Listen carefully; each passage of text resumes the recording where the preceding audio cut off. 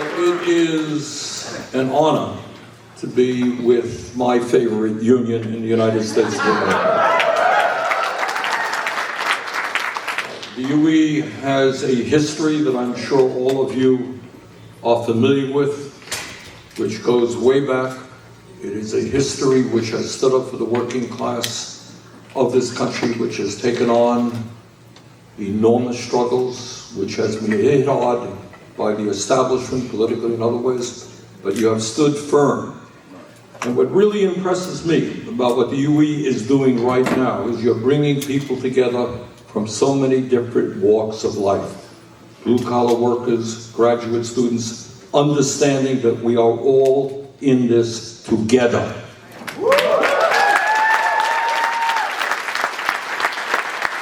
So rather than give you a long speech, I'll give you a short speech. And then what I want to do is open it up. How's that? Cole, that good? That's fine. Okay, because I want to get your views, need your help.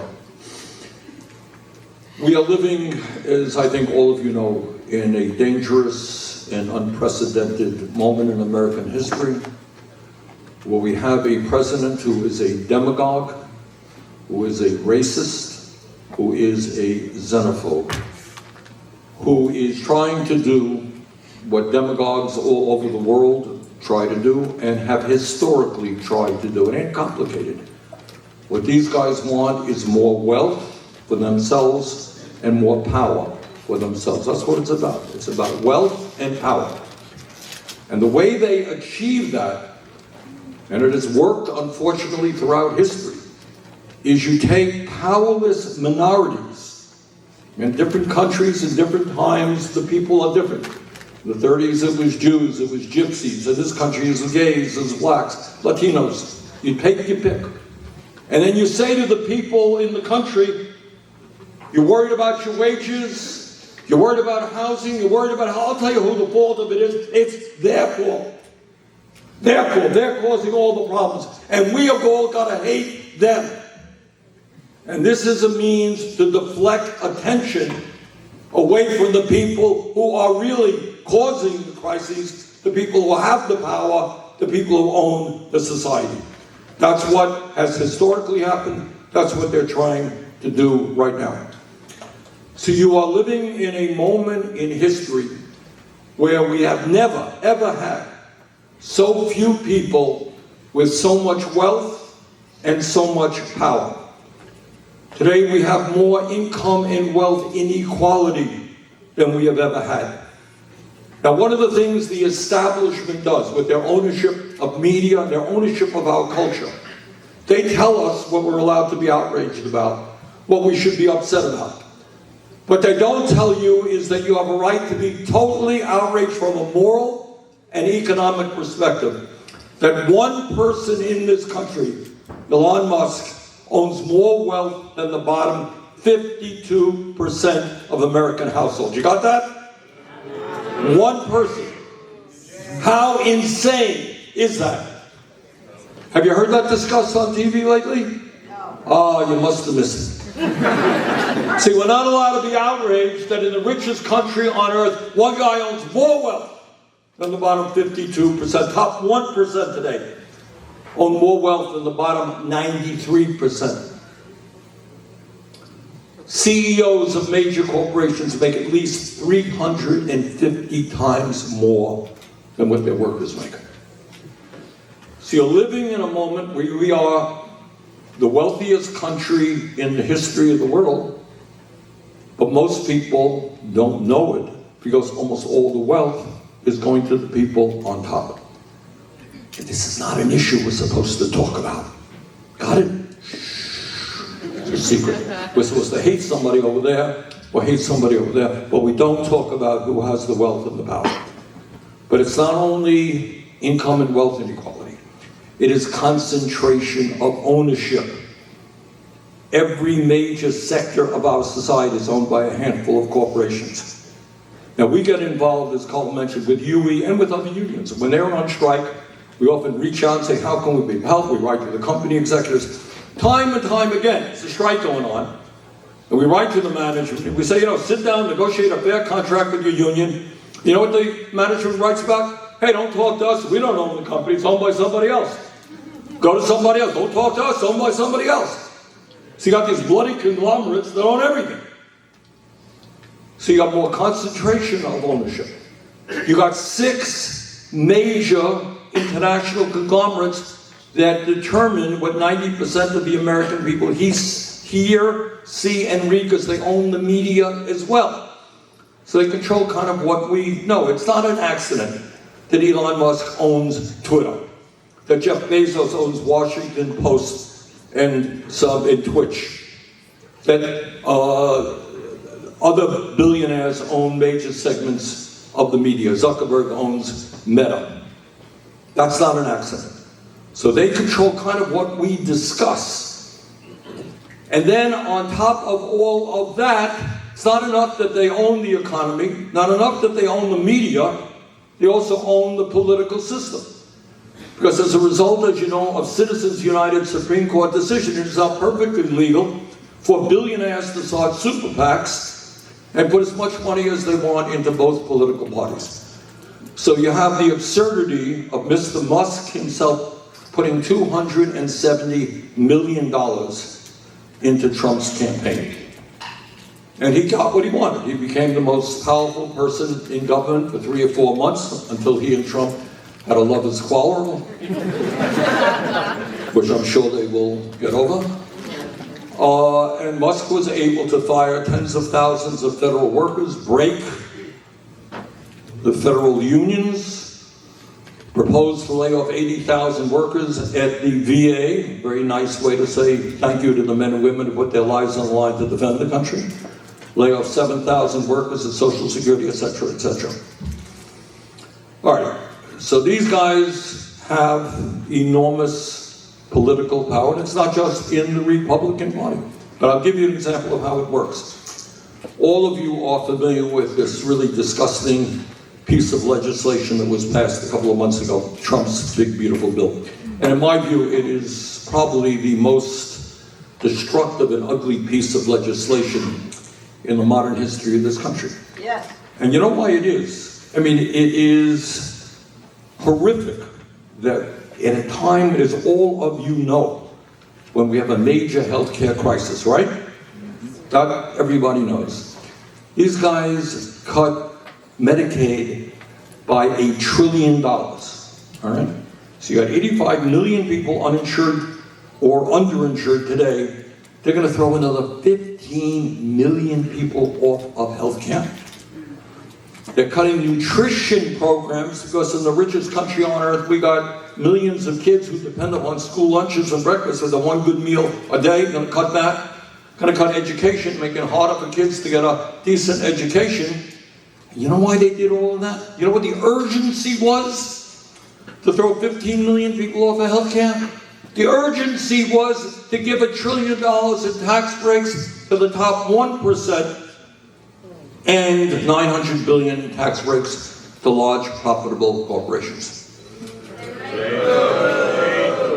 Now, when Trump was inaugurated, I had the misfortune, and it was really funny, I was kind of thrown there, I don't know how I got there, to be right on the front row. I guess everybody else said, Bernie, you do it. We'd rather be in the back.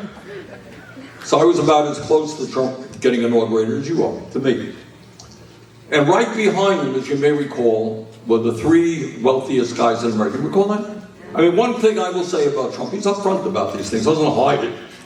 There you had Mr. Musk, Mr. Bezos, and Mr. Zuckerberg sitting right behind him. And right behind them were another 15 billionaires, I think it was 13 billionaires, who were nominated to head major government agencies. And as I witnessed that spectacle, a very painful one, what I was thinking, quite honestly, is a little bit of history, American history, thinking about Lincoln, Abraham Lincoln at Gettysburg. A few days after the terrible battle there, where thousands of Union soldiers were killed, ferocious battle, fighting to end the abomination of slavery. And Lincoln gets up there a few days after the battle, blood still on the battlefield. And he says, you know, we have this vision of America that we're not going to let it end. And that is a vision of a government of the people, by the people, and for the people. That was Lincoln's vision. And I'm sitting up there watching Trump get inaugurated, I'm saying this is a government of the billionaire class, by the billionaire class, and for the billionaire class. And what I don't have to tell members of the UE, because you guys, I think, know this as well as any union in the country, is these people on top are really not nice people. And I say that almost not to be funny, because they get away, people see them and they give charity and they do this, and they say, hey, he's a nice guy, he's rich, so what?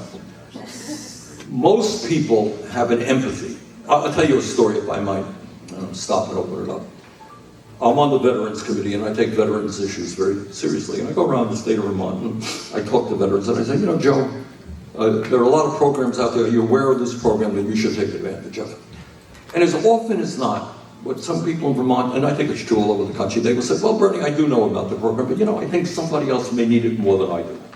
Now, these are federal programs that everybody should take advantage of. But these guys are saying, well, you know, there may be a limited amount of money, somebody else needs it more than I do.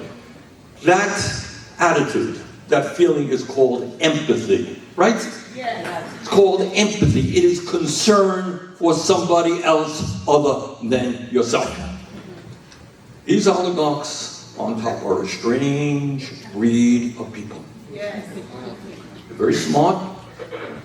They work very hard. To a large degree, they own this high-tech stuff, but they lack the gene for empathy. They are very religious people. Their religion is greed. Yeah. They worship on the altar of money. So you would say everybody in this room, everybody in this country wants to live comfortably. We all do. I do, you do. But for them, this is important to understand, enough is never enough. You got $20 billion? Hey, if we can't privatize Social Security, we can't even make more. You got $100 billion? Hey, we can destroy the Postal Service, the Veterans Administration. We could break unions all over the country. Man, we could make $120 billion. Enough is never enough. They want it all. And by the way, we end in this note. One of the reasons that people in our country are angry is they perceive that over the last 50 years, despite all of the increase in worker productivity, the wealth being created by that worker productivity has not gone to them. So here's a fact, again, that we don't talk about. Today, real inflation accounted for weekly wages, despite all of the increase in worker productivity over the last 50 years, is lower today than it was 50 years ago. You got that? Meanwhile, during that same period, there was a $75 trillion transfer of wealth from the bottom 90% to the top 1%. Okay? So what you've seen is all of this technology has benefited the people on top. And now they are investing hundreds and hundreds of billions of dollars in artificial intelligence and in robotics. And you think they're doing that to benefit working families in America? No. I don't think so. That'll mean more wealth for them and more power for them. So this is an issue, guys, that we got to be watching like a hawk. And certainly Congress is way behind the 8 ball on that one. So look, I will not shock any of you to tell you that on rare occasions politicians lie. But Trump has taken it to a whole new level. In other words, it's not a question of exaggerating and so forth. It's so much as coming. It is calling black, white, and green, blue. In other words, it's called the big lie. It's not a little lie. It is a big lie. The insurrection of January 6, 2021 was, you didn't know this, you thought they were trying to prevent Biden from getting elected. That wasn't the case. It was a day of love. It was a day of celebration. It was a day of love. You didn't know this, that climate change is a hoax emanating in China. You didn't know that. He knows that. Et cetera, et cetera. So you're right. The big lie is part of his very powerful arsenal, and it is, he opens the door to other people to lie. So you're seeing more lies today than we have ever seen, and that's a hard issue to deal with. And I've spent half my life in Iowa over the last number of years. All right, two things that I want to keep in the back of your minds, the questions that have to be asked, and I deal with this every day, is why in a state like Iowa, which has had some progressive politicians like Tom Harkin and others, has it become Republican? And to me, it speaks to the failure of the Democratic Party.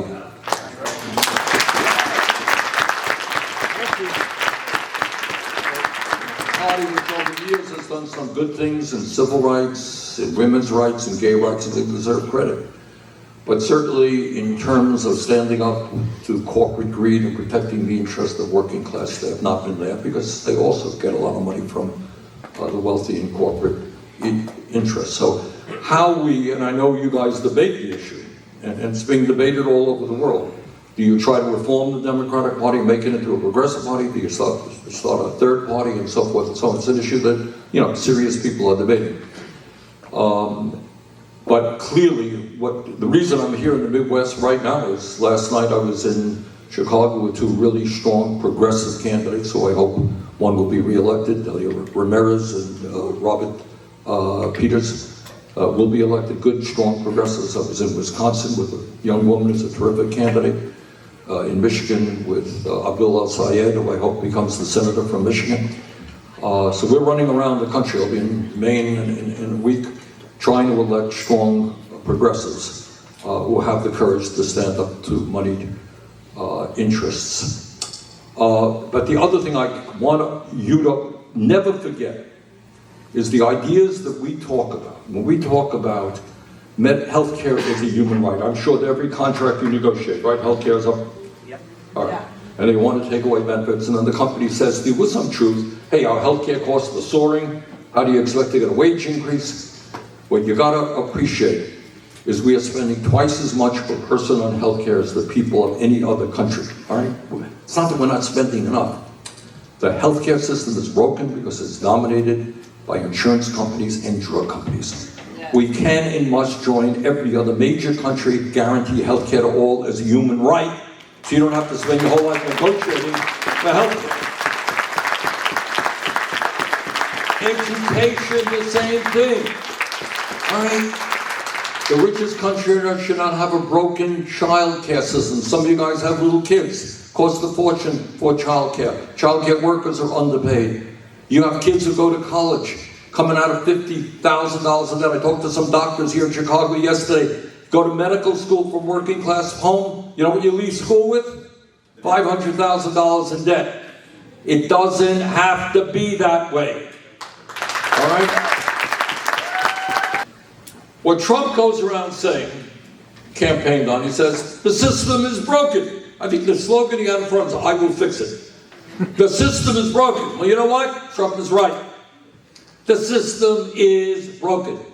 If you are not making any more in real inflation accounted wages than somebody doing your work 50 years ago, system is broken.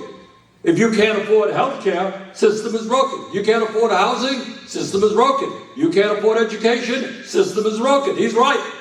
But his solutions are dead wrong. All right? So Trump comes in and says the system is broken. We say, yeah, you're right. Democrats say, well, let's see. If you make $43,892, we will give you this benefit for 13 weeks. Yeah. And by the way, if you do that, you do that. And basically, system is going pretty good, but we need a kicker around the edges. Who's going to work? What are working class people going to respond to Trump's message? So what we can say is the system is broken. The way to fix it is not to hate people because they're undocumented or they're trans or whatever they may be. The way you fix the system is take on the greed of the ruling class, create an economy that works for all of us. That's how you fix the system. I am not a particularly religious person, but, you know, I am more than aware of Christ's Sermon on the Mount, right? What did he say? And by the way, that message from Christ exists in Judaism, it exists in Islam, it exists in religions all over. Not complicated. Do unto others as you would have them do unto you.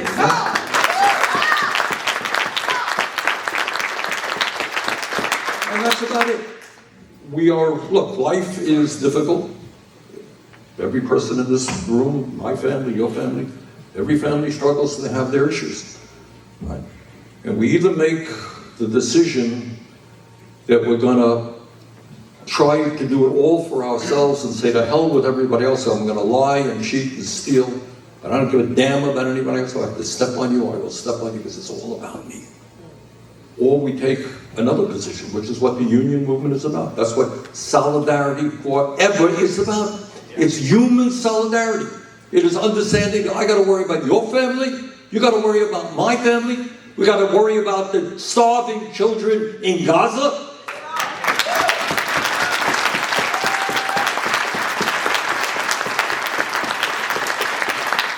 We got to worry about people we are in as human beings. That's what we share. We are all human beings. And you know what? Ain't nobody else other than us. A robot ain't going to do it for you. AI ain't going to do it for you. You're going to have to love me. I'm going to have to love you. And we're going to have to go through this life as best we can together, supporting each other. And what Trump is about is the very opposite. And I think it's the point Louisa made a moment ago. It's playing one group off against each other while the billionaires laugh all the way to the bank. That's what it's about. But I think one of the beautiful things that the UE has done, and the fact that you have graduate students here and blue-collar workers here, you're learning from the blue-collar workers, right? And they're learning from you. And that's a beautiful, beautiful thing to understand that we're all.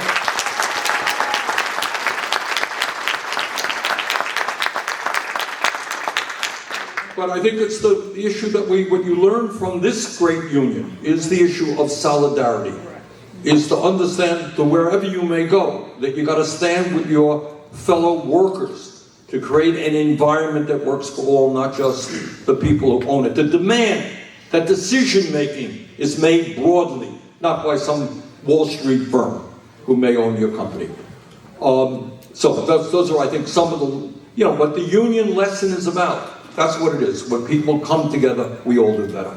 There is, if you'll notice, the Republicans do not want to talk about what Trump has done to Medicaid or the Affordable Care Act. They never want to talk about tax breaks, the $1 trillion in tax breaks he gave to the 1%. They never talk about it. Right? We've got to force them to talk about it. And that's why I've been running all over the country. We go into Republican districts. And we say, have you seen your congressman lately? No, we have not. Think he wants to talk about why he gave tax breaks to billionaires and cut Medicaid? I don't think he does. So we got to make them own up to what they have done. And let me just say that we have made some progress, not enough. I've introduced a number of resolutions over the last many months to say not another nickel should go into U.S. military aid to the extremist Netanyahu government in Israel to continue its war against the Palestinian people. In the last vote that took place, 3-4 weeks ago, we managed for the first time to get 27 Democrats out of 47 on board that resolution. That was a big change. I think more are going to come aboard. We didn't get any Republicans. We're beginning to see, I think, in the Republican rank and file, their understanding that their people do not think it's a good idea to give billions of dollars to starve children in Israel. So I think the momentum is turning. I think the Democratic National Committee is going to meet very shortly. They're going to have a resolution. I wouldn't be surprised if a good resolution is passed. So the momentum is with us. But I got to tell you why we talk about international issues. The issue of oligarchy that you're seeing in America is taking place all over the world. Imagine an economy which a few thousand multi-billionaire families are controlling Europe, Asia, Latin America, and North America. That is the reality that we face. So when I talk about internationalism, when you talk about internationalism, it means bringing working class people together all over the world. to create a global economy that works for right now as we speak. No one knows the answer, but there are probably 20, 30 trillion dollars in wealth being stashed in offshore tax havens. That's like 1/4 of the entire world's economy being stashed by these multi-billionaires so they don't have to pay their taxes in their respective countries. So, brothers and sisters, we got a lot of work in front of us. But let me conclude by saying it is an honor to be here with one of the great unions in the United States of America. Keep up the fight. Thank you all very much.